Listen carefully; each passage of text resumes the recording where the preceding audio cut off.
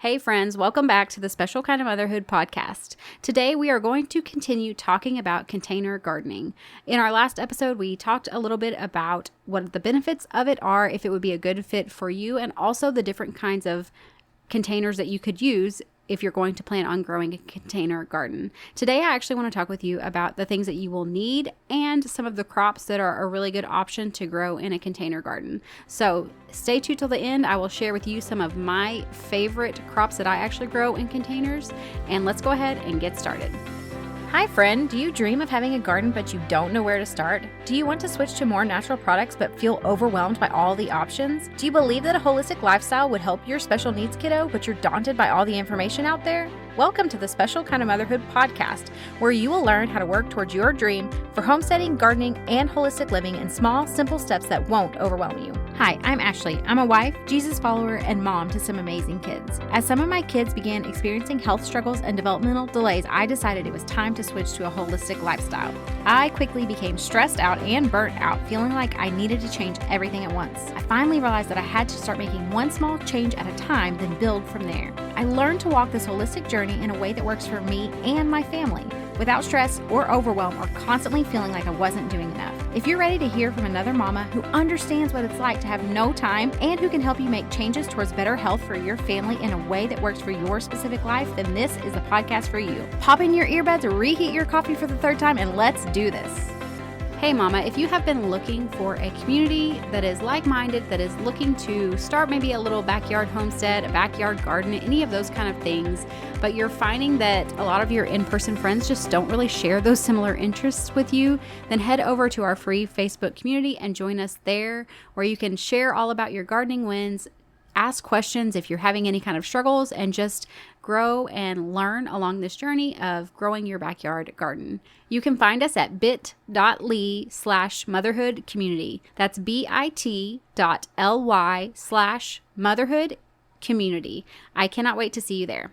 Okay, so what I want to share first is just the fact of what is it that you're actually going to need in order to get started. So maybe you've listened to this episode and you've decided, okay, container gardening is definitely something I want to do. Maybe it's the only thing you want to do, or maybe you've decided you want to try a couple different options, which is actually what we do, and you're just wanting to know how to get started. Well, I just want to share with you some really quick tips today to let you know just the foundations of what you're going to need in order to actually start your container garden. So the first thing obviously you're going to need is a container.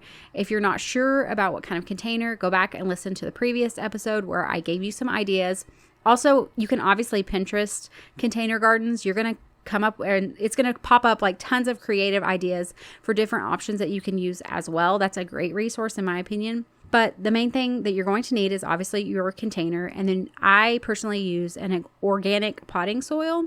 I tend to spend more money on a very good quality potting soil. And the reason being is because I continue to use the potting soil year after year. As long as there was no disease or pests or anything like that on the plant that was in the soil, I will keep reusing that and I will just refresh the soil. And I have gone before and just bought basic organic potting soil at Home Depot. And what I found is that my plants did not do as well as if I spent a little bit more money getting something like Happy Frog or something like that, that's just better quality. I noticed that my plants actually produced more whenever I spent the money on that potting soil. And like I said, I have continued to use the potting soil. I just refresh it with like some compost, some earthworm castings, different things like that to get it ready to go for the next year's plantings. So in my opinion, organic potting soil, so you're not having all the chemicals there in the soil, the dirt where you're going to grow your plants, where your plants are going to get their nutrients from. And it's worth it to me to just spend a little bit more. It's kind of like an upfront cost type of thing. But if you cannot do that, then in my opinion, go to, I know that Home Depot has some organic potting mix you can get there. I've used it before. I would just encourage you to possibly fertilize a little bit more frequently, just because I found that my plants did not do quite as well in it. But to be fair, I don't think I was fertilizing them as much as I should have. It was my first year and I didn't know what I was doing. So that could have been part of it as well. But I just noticed with the better quality soil, I just did not have to stay on top of fertilizing it near as much, which was really, really beneficial for me as a busy mom, juggling all the things. One less thing that I have to think about or to really put a lot of like concentrated effort into remembering to keep it alive, that's better in my opinion. So go ahead and get your potting soil that you're going to have ready to go. And then you're obviously going to need either seeds or starts or both, whatever option. We've gone in a previous episode as well, talking about the different options between seeds and starts and weighing the benefits of both of those and what that could look like for you. And then the other thing that I would go ahead and have on hand ready to go would be some kind of fertilizer. This could be earthworm castings, fish emulsion, the trifecta that I had mentioned from MI Gardener, whatever it is that you want to use. I just go ahead and have it ready to go, because for me, it just sets me up for success to remember to actually fertilize the stuff if I have it ready to go. Because if I don't, what ends up happening is I think, okay, well, I'll need to wait in a couple weeks. I'll need to fertilize that. So I'll wait a few weeks. I'll get the fertilizer and then I'll pick up doing it, weekly or whatever. And then I forget to do it. And then it's been like 6 weeks and nothing's been fertilized. So it's just better for me to have everything like prepped, ready to go. It sets me up for success because I can go ahead and set my first reminder in my calendar to remind me, hey, this is when you need to fertilize for the first time. I already have the stuff ready to go and I don't have to think about it. And that is what works best for me. So that's what I would recommend if you're like me and you struggle sometimes with taking on a lot of projects and juggling all of them, then I would recommend just having the stuff already ready to go for you. And the last thing that you're going to want to already have is your method for watering. So whether that's going to be some kind of watering pitcher or if you're going to use maybe a hose with like an attachment. I really like a garden hose with a mist attachment, like a shower, the one that you can click into different ones. For like my potted plants, I prefer the shower spray. It just tends to do better. It kind of waters everything thoroughly without blowing stuff away with like the strength of the spray from the water. And that's pretty much all you need, honestly. This is why I say doing a container garden for a beginner, in my opinion, is just a really good option because it's pretty simple. Especially if you don't even want to mess with starting seeds, then go buy some plant starts somewhere. I prefer to go to a local nursery. We have a couple in our area, and I really like that. You could even look, a lot of our schools actually will have plant sales as well. So you could even look at maybe a local high school. If they have like a FFA department, then they very likely will be selling some kind of plant starts, and you could look at that as an option too. Usually pretty affordable. You wouldn't even have to mess with seeds or anything like that. You could just get your soil, get your plant starts, get it all planted. And then, like I said, make sure you're watering it thoroughly. Make sure you're fertilizing it appropriately. What I do personally, if I have fresh potting soil in there, I will wait about a month before I fertilize the first time. And then I do like every week or so after that. But if you feel like it's been a couple weeks and your plant seems to be struggling, you could obviously go ahead and add some to that specific pot or whatever. Just keep an eye on your plants. You're looking for leaves to be changing colors, any kind of yellowing, anything like that. If the plant just doesn't seem to be growing, it seems stunted, that type of thing. But usually my general rule of thumb is I wait about a month. It kind of uses up all the nutrients that were there in that potting mix, and then I will go ahead and start fertilizing weekly just to keep it fresh, especially as the plant begins to get bigger.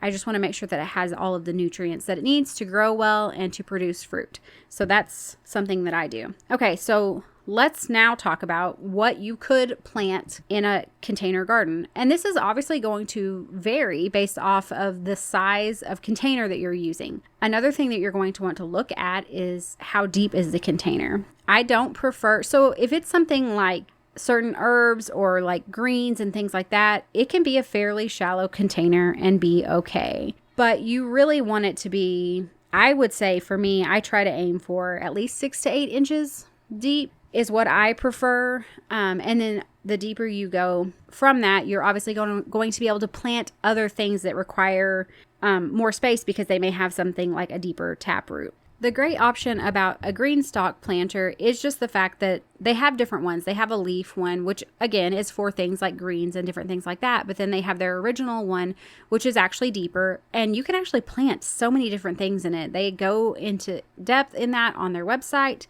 But you can plant things like even like cucumbers, zucchinis, strawberries, peppers. There's all kinds of stuff you can plant in those. The other thing I really like would be, like I've mentioned before, the grow bags. And grow bags, you can even grow berry bushes. We actually, like I mentioned, we've grown berry bushes. The bigger bush you do, or the bigger container, like a 20-gallon is what we used. So you are going to need to make sure that you're looking and getting the appropriate size based off of what it is you're wanting to grow. But we have also grown potatoes in the really big grow bags as well. And I know the Green Stalk says you can grow potatoes in it as well. I don't have a green stalk. I, again, have the Aldi stackable planters, but my sister has green stalks, and they're very similar in depth to one another. I have never grown potatoes in my stackable planters, but I have done it in a grow bag, and we had okay success. It wasn't as good as in ground, but it wasn't, we did get a harvest, so there was that. But also tomatoes would be another great option. And like I said, we've done blueberries. You could do raspberries. There are a lot of different options as long as you're making sure that the container is wide and deep enough for that. Like I said, with the things like berry bushes, I know they recommend, I want to say it's 20 gallons at a minimum, even up to 30 gallons. The reason why I stuck with the 20-gallon was because I knew we planned to eventually transplant that. I was not planning to let it stay there indefinitely. So I just really needed it to have a place to grow while I was trying to get everything situated and we were kind of getting it started off. But if you're wanting to keep it there indefinitely, as some people do, then definitely going with that larger space is a really good idea. The other thing you could do, like I mentioned, in smaller, more shallow containers would be things like herbs. So dill, mint, all kinds of mints, parsley, cilantro, basil. I actually, with my stacking planters last year, I made a basil tower. I loved that thing. I had, I don't even know, maybe 4 or 5 different kinds of basil on it. And I'm very excited because I let a lot of that basil go to seed last year. And I'm very curious to see, as we're getting to the time where things are starting to pop back up, I'm curious to see how much of that reseeded itself in that area, because I'm guessing I'm going to have basil all over the place. But I used my stacking planters and just made like a basil tower, and we got so much basil off of that. It was amazing. Another thing would be like medicinal herbs. You could also do chives. You could do lettuces, greens, any kind of chard or kale. There are just so many different options that you can do, really, in some kind of container. Again, you're going to want to look at whatever it is you are wanting to grow. You're going to need to look at the planting, like how much space does it require in order for it to grow appropriately. So you look at that and then you decide, okay, can this container fit that or not? That really is the main thing. And I could give you all these ideas, of course, but you are going to have to look at the specifics for whatever it is you're wanting to use and decide, okay, I can put this in this, or this isn't going to work because it's not quite big enough, and just kind of figure all of that out. But those are some suggestions for different things we have actually done. I think it was maybe 2 years ago. It was 2 years ago. I grew a ton of different peppers in grow bags, and that worked out really well for us as well. I have really, really liked the grow bags. I like them because I can move them around as well, and they're fairly affordable in my opinion, especially compared to going and actually buying like an actual pot at the store. And I can just grow a lot of variety in them. I tend to stick with like the 5-gallon ones for the most part if I'm going to be growing things like tomatoes, which I've also grown in a grow bag, or if I'm going to grow peppers. I don't believe I've ever done squash in them. I've always done those in ground, but I know you can do those as well. So anyways, I hope this has been helpful for you. Oh, I know. I just remembered a couple more. So sorry. But bush beans would be a great option as well. You could even technically grow pole beans if you figured out a way to create a trellis for it to grow up. You might not, depending on what the trellis was like, you might not get as much as you would. For instance, we use our cattle panel archways. We get a ton of beans off of that because it's so much space for the pole bean to continue to extend and grow. But that could be an option for you. There are a lot of different options you can use to like stakes, basically, that you could stake into like a grow bag or a container to trellis a pole bean up. But bush beans are an amazing option. They don't take up a lot of space. You really can plant them fairly close together. You could, especially in like some kind of decent sized container, you could get several different plants in one container. And what I really like about bush beans is that they tend to all, like, they all ripen or they're ready to be picked pretty close to the same time.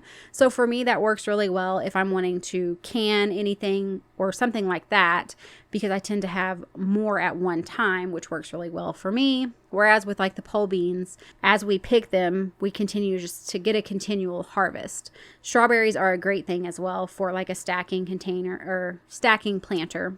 That's actually on my list this year, is to get another set of stacking planters and to grow some strawberries. We already have our strawberry patch in ground, but I really want to take some runners from that patch and start another set in a planter, because I have a child who loves strawberries, and in my opinion, I'm curious to see, but what I suspect is it's going to be a lot less maintenance having it up off the ground and away from ants or anything like that. Radishes would be another great option that you could try as well. I love radishes. Very quick turnaround. It's very, very simple. And even carrots would be a good one, in my opinion, because you can keep carrots grow better in loose soil. And so having that potting mix just like fresh and very loose is going to be a great option for growing carrots as well. So I hope this has been helpful for you. I would love to hear from you. What is it that you plan to grow in a container this year? Come share with us over in our free Facebook community, and I will see you guys back next week. Hey Mama, I hope you enjoyed today's episode. If so, would you take 30 seconds to share this with a friend who is wanting to live more holistically without the overwhelm? Also, don't forget to head over to Apple Podcasts to leave me a review. It blesses and encourages me to know that this show is helping you. All right, friends, it's time for me to go work in the garden and make some homemade bone broth. I will see you back next week.